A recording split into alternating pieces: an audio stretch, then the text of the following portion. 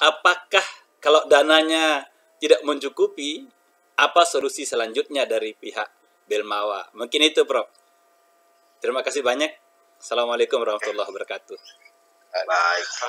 Ya, bisa langsung dijawab saja atau gimana Pak? Karena pertanyaannya cukup banyak dari Pak Soekarno ini.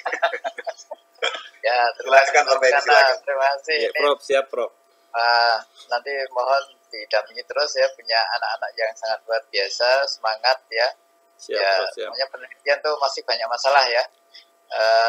Ya nanti menjadi pintar nanti kita Pak ya, semakin banyak tantangan ya. Nanti ya, jadi intinya ya saya tidak paham ya apa penelitiannya itu ya. Intinya bagaimana nanti kalau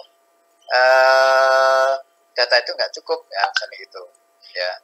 Jadi bisa saja nanti dikomentari Bapak ya. Siap. Nah, jadi itu tetap aja disampaikan aja dakwah. Terus kemudian kita bisa saja membandingkan dengan kajian orang lain yang serupa ya misalnya gitu. Yang serupa, jadi tidak sama. Jadi yang serupa itu bisa saja kan sebagai bandingan gitu. Nah, itu untuk pembahasan. Namanya juga review. Jadi review itu kan kita boleh membandingkan dengan orang lain yang melakukan yang sama gitu. Mungkin datanya beda atau mungkin sudut pandangnya berbeda, tapi kemudian tarik di sini untuk membandingkan bagaimana dan kita yang mungkin tidak tidak memenuhi validitas misalnya gitu ya. Tidak masalah. Nah, nanti dibahas saja. Jadi saya kira kalau kita jujur itu masalah etika tidak masalah gitu ya. Jadi tapi kecuali kalau kita tidak jujur, nah itu masalah etikanya gitu. Jadi apapun datanya dibahas saja nanti kan gitu. Jadi secara jujur terus kemudian dibandingkan gitu. Terus kemudian nanti ada rekomendasi. Wah ini kalau diteliti terus, misalnya gitu ya.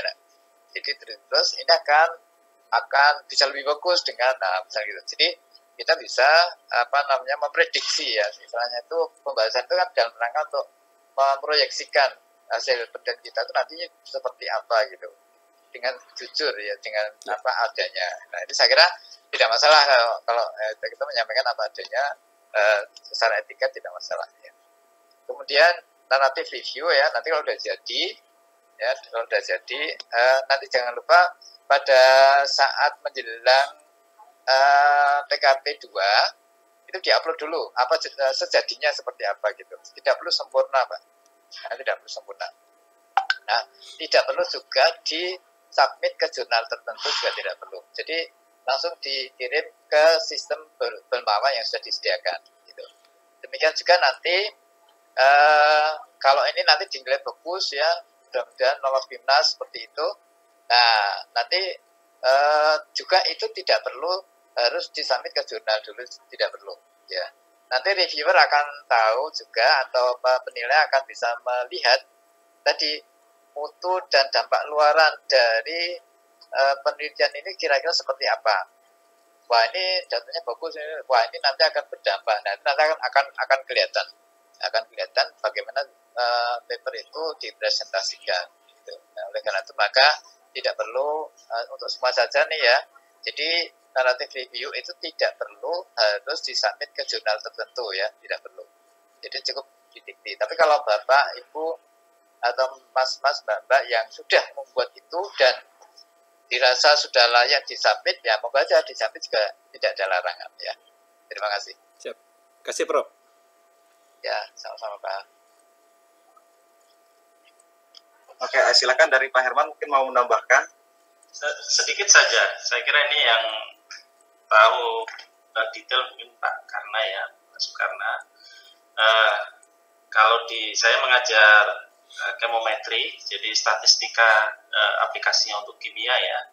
Jadi memang kalau kita bicara kecukupan data, kadang data itu kan ada yang ideal karena dia secara statistik mencukupi jumlahnya, ada yang minimalis, ada yang kurang. Nah, yang kurang ini mungkin yang kemudian tidak mencukupi untuk dijadikan klaim ilmiah gitu ya. Nah, memang ya tergantung ya. Saya kira ini yang lebih tahu Pak, karena gimana cara mencukupkan data itu kalau memang ada alternatif. Tetapi saya setuju dengan Prof. Edi bahwa yang penting disampaikan di situ bahwa ada kekurangan data misalnya, sehingga kemudian kalau memang mau ditambahkan cara penambahannya dengan cara apa ya, karena kalau di etika ilmiah itu kan kita yang paling penting adalah kejujurannya gitu. Kita tidak boleh melakukan fabrikasi.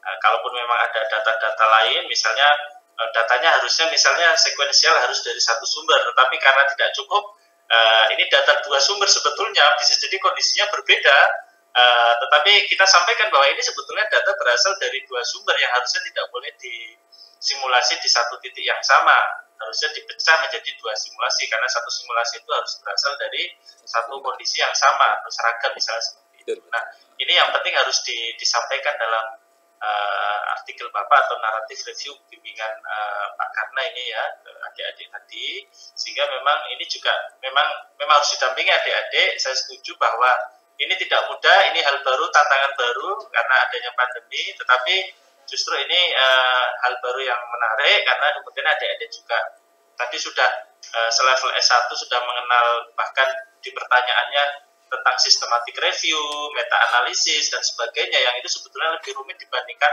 hanya sekedar naratif review. Jadi memang levelingnya adalah secara umum sebetulnya lebih mudah membuat naratif review karena hanya menarasikan topik penelitian berdasarkan data-data pendukung dari literatur lain. Sementara kalau sudah ke level sistematik dan meta-analisis, dan ini tadi saya juga kaget kok tahu apa karena membaca atau gimana, adik-adik itu lebih berat lagi tentu karena kadang-kadang ada eksekusi statistik dalam meta-analisis ya.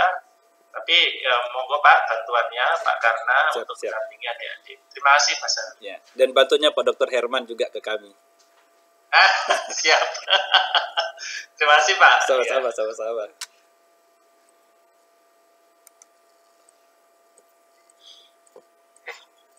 Ke penanya selanjutnya dari Ramaidani. Silahkan dari nama institusi dan sebutkan sebagai apa.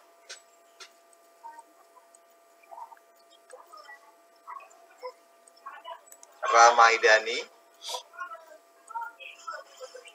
mohon direspon. Terima kasih. Dapat tinggu hari ini. Pas sedang bertanya tadi tentang Cici. Pas sedang bertanya, jadi kita ke penanya selanjutnya karena tidak ada respon dari Ramaidani. Kita ke penanya selanjutnya dari Antonius dari Universitas Tanjung Pura.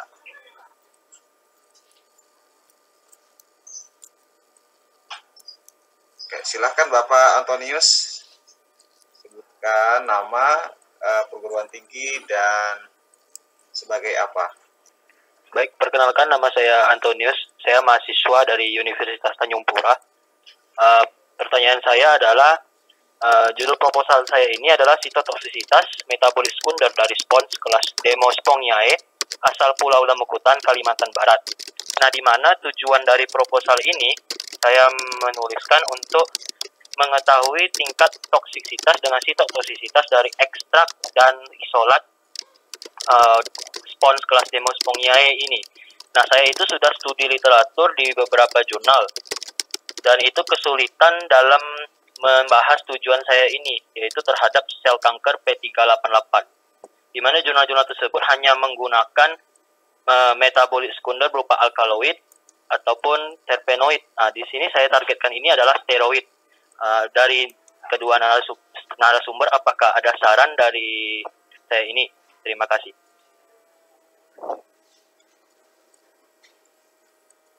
Oke, baik. Kemudian kita ke penanya selanjutnya dari Widya Undiksa. Silakan Mbak Widya, sebutkan nama, asal kampus, dan sebagai apa. Baik, terima kasih atas kesempatannya. Selamat pagi. Perkenalkan, nama saya Madi Widya Lestari dari Universitas Pendidikan Ganesha, yang merupakan salah satu mahasiswa yang PKM-nya lolos didanai. Di sini saya mau bertanya sedikit tentang format naratif review, di mana pada adendum dijelaskan berisi metode penelitian, tetapi tadi pada contoh naratif review yang telah ditampilkan, saya lebih melihat ke hasil dan juga pembahasan dari penelitian. Di sini pertanyaan saya, apakah metode penelitian perlu dijelaskan di naratif review tersebut? Terima kasih atas kesempatan.